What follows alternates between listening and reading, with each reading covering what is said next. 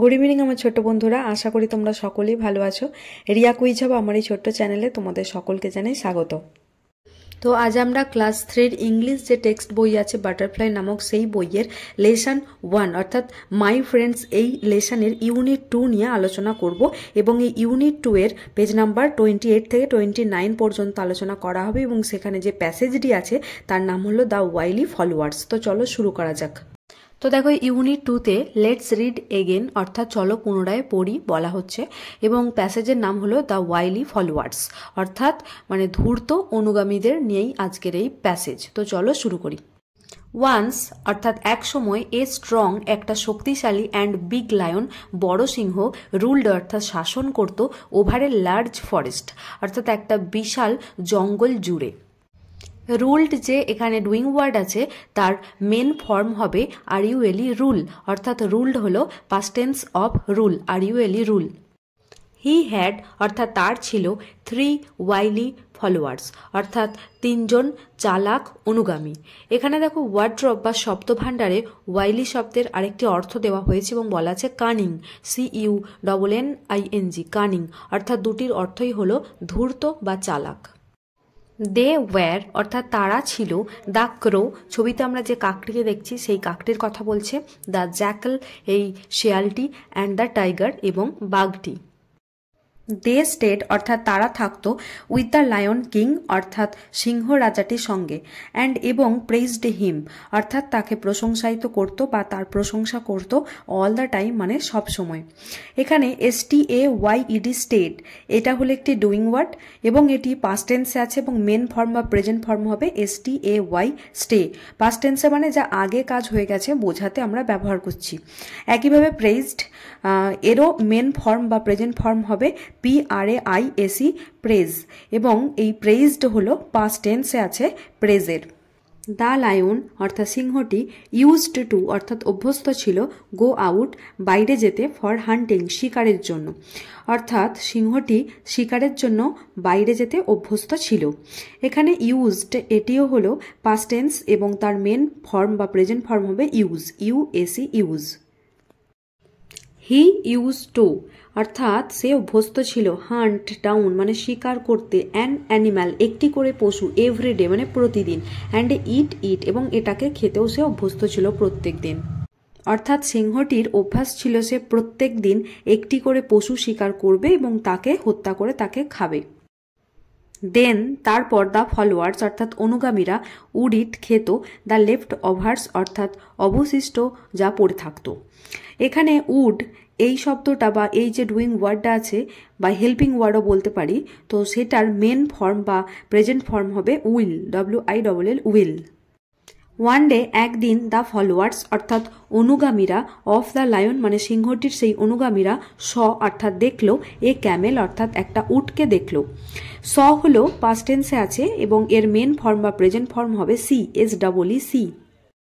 They had never seen তারা কখনো দেখেনি এ ক্যামেল বিফোর অর্থাৎ আগে এইরকম একটা উটকে। পুরো বাক্যটির মানে দাঁড়ায় যে তারা আগে কখনো এরকম একটা উটকে দেখেনি। এখানে হ্যাডের মেন ফর্ম হবে হ্যাভ অথবা হ্যাজ অর্থাৎ হ্যাড এখানে পাস্ট টেন্সে আছে এবং প্রেজেন্ট ফর্ম হয় হ্যাভ অথবা হ্যাজ। একইভাবে সিন এটি একটি হেল্পিং ভার্বের মোট 3টি ফর্ম হয়, তো তার মধ্যে এটি থার্ড ফর্মে আছে। প্রেজেন্ট ফর্ম বা ফার্স্ট ফর্মটি হবে SEE সিন। দ্য ফলোয়ার্স অর্থাৎ অনুগামীরা মেড ফ্রেন্ডস বন্ধু পাতালো উইথ দ্য ক্যামেল অর্থাৎ সেই উটটির সাথে। এখানে মেড এটিও পাস্ট টেন্সে আছে এবং এর প্রেজেন্ট ফর্ম হবে MAKE মেক। দে তারা ইনভাইটেড আমন্ত্রণ করলো বা আমন্ত্রণ জানালো হিম মানে তাকে টু মিট অর্থাৎ দেখা করতে দ্য লায়ন সিংহের সাথে দেখা করতে তারা উটকে কি করলো না আমন্ত্রণ জানালো। এখানে ইনভাইটেড এটি একটি ডুইং ওয়ার্ড অর্থাৎ কাজ করা বোঝাচ্ছে এবং এর মেন ফর্ম বা প্রেজেন্ট ফর্ম হবে ইনভাইট INVITE ইনভাইট। এখানে ডি যোগ করা আছে মানে এটি পাস্ট টেন্সে আছে যা অনেক আগে করা হয়েছে সেই অর্থে বোঝাচ্ছে। সুতরাং দ্য ক্যামেল অর্থাৎ উটটি কেম মানে এলো টু দ্য কেভ অর্থাৎ গুহাটিতে অফ দ্য লায়ন মানে সিংহটির। এবং এখানে দেখো কেম এটি একটি ডুইং ওয়ার্ড মানে কাজ করা বোঝাচ্ছে এবং এই কেম হলো পাস্ট টেন্সে আছে এবং এর প্রেজেন্ট ফর্ম হবে come COME come. The hump of the camel অর্থাৎ উটটির কুঁচটি অ্যাট্রাক্টেড অর্থাৎ আকর্ষিত করেছিল, ইভেন এমনকি দ্য লায়ন অর্থাৎ সিংহটিকেও।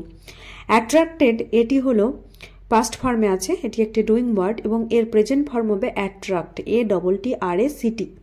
এবং এখানে ওয়ার্ড্রোব বা শব্দ ভাণ্ডারে হাম্প শব্দকে এক্সপ্লেন করে বলে দেওয়া হয়েছে যে এ লার্জ লাম্প অর্থাৎ একটা বিশাল পিণ্ড, অন দ্য ব্যাক মানে পিঠের ওপরে, অফ অ্যান অ্যানিম্যাল অর্থাৎ একটা পশুর পিঠের ওপরে যে দলা পাকানো বা ডালার মতো বা পিণ্ড আছে সেটাই হলো হাম্প।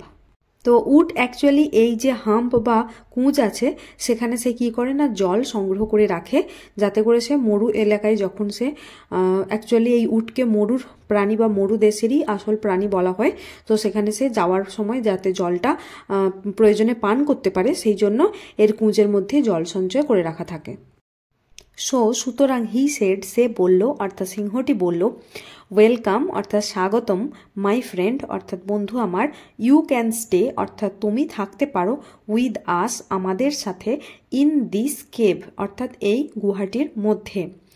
এখানে কোটেশনের মধ্যে লেখা আছে ওয়েলকাম থেকে কেভ পর্যন্ত, কারণ এখানে আমরা সিংহের কথাকে তুলে ধরছি, যে কারণে এখানে কোটেশনের মধ্যে লেখা আছে।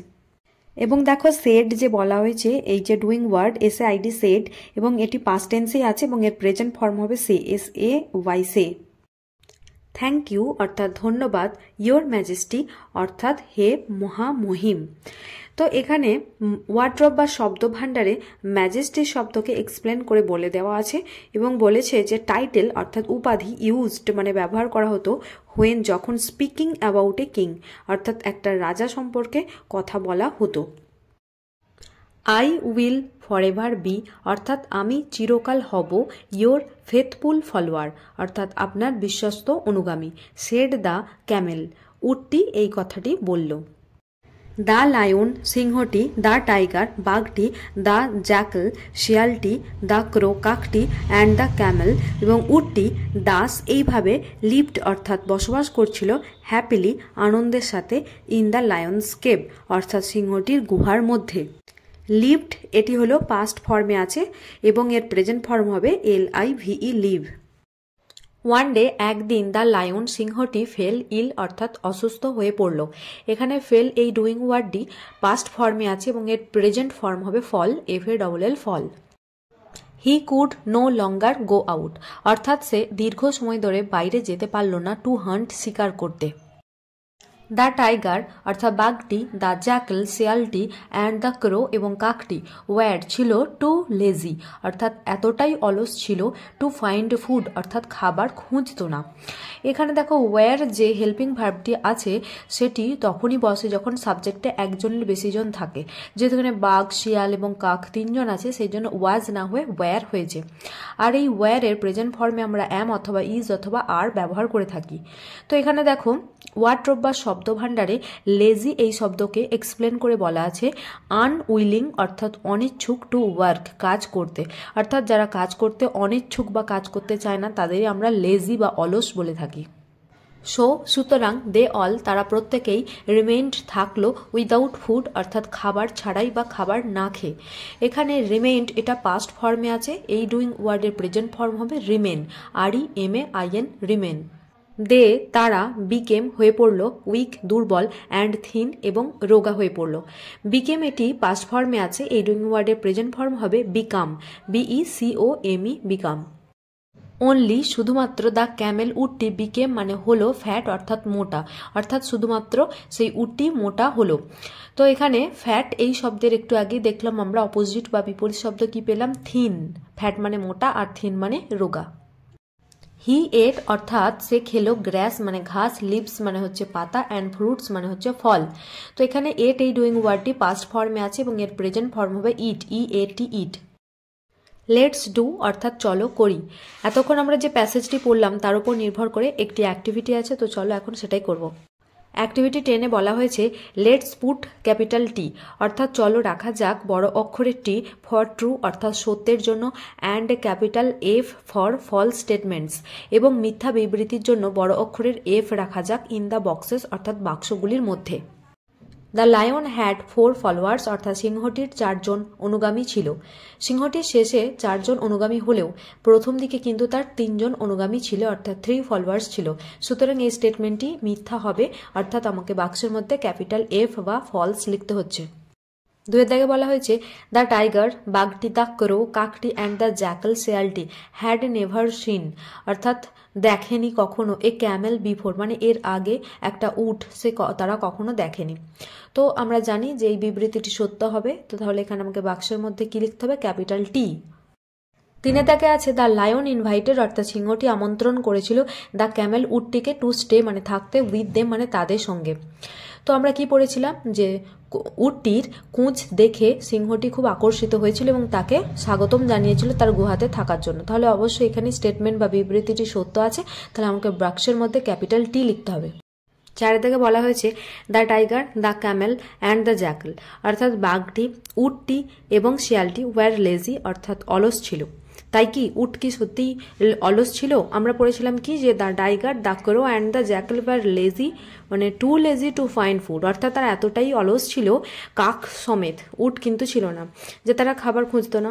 সুতরাং এখানে বিবৃতিটি পুরোপুরি সত্য হলো না, যেহেতু এখানে উটের নামটা জুড়ে গেছে, তাই কারণে আমাদের ব্র্যাকেটের মধ্যে কি লিখতে হবে, ক্যাপিটাল এফ, অর্থাৎ এটা একটি false statement. The hot summer, অর্থাৎ প্রখর গ্রীষ্মকাল, could not make the camel weak, অর্থাৎ উটটিকে দুর্বল করতে পারল না। দেখো, যেহেতু উটটি কি খেত না, হচ্ছে ঘাস খেত, পাতা খেত এবং সে ফল খেত, তো সে কি ছিল, নর্মালি সে মোটাই ছিল বা ফ্যাট ছিল। তো এখানে কি বলেছে, বিবৃতিটি একদমই ঠিক বলেছে, তাহলে আমাকে ব্র্যাকেটের মধ্যে কি লিখতে হবে, ক্যাপিটাল টি, অর্থাৎ এটি একটি ট্রু স্টেটমেন্টস, মানে সত্য বিবৃতি। আমার ছোট্ট বন্ধুরা, আজ এই পর্যন্তই। যদি তোমাদের এই ক্লাসটি ভালো লেগে থাকে তাহলে অবশ্যই একটা লাইক দিও, যেটা আমায় মোটিভেট করে পরবর্তীতে আরও নতুন নতুন ক্লাস নিয়ে আসতে। আর যদি তোমরা রিয়া কুইজ হাব নামের এই চ্যানেলটিকে সাবস্ক্রাইব না করে থাকো তাহলে অবশ্যই সাবস্ক্রাইব করে নাও, যাতে পরবর্তীতে আমি কোনো ক্লাস দিলে তার নোটিশ তোমার কাছে পৌঁছে যেতে পারে। এবং পারলে তোমরা এই ক্লাসের লিঙ্কটি তোমাদের ফ্রেন্ড সার্কেলে শেয়ার করো, যাতে সকলে উপকৃত হতে পারে। তো এখন পর্যন্ত আমি বাটারফ্লাই, এই যে ইংলিশ টেক্সট বই আছে, সেই বইয়ের আমি রিভিশন লেসন পুরো কমপ্লিট করে দিয়েছি, এবং মাই ফ্রেন্ডস এই লেসন 1-এর ইউনিট 1 সেটাও পুরো কমপ্লিট করে ইউনিট 2টা ধরেছি, এবং যে উইংস পার্ট 1 বই আছে ক্লাস 3 তারও পুরো রিভিশন লেসন কমপ্লিট করে লেসন 1 শুরু করেছি, এবং এগুলোর প্রত্যেকটার প্লেলিস্টের লিঙ্ক ডিসক্রিপশন বক্সে থাকবে। তোমরা যারা এখনও দেখোনি, তো ডিসক্রিপশন বক্সে গিয়ে সেখান থেকে দেখে নিতে পারো। তো আজ এই পর্যন্তই, সকলে ভালো থেকো, ধন্যবাদ।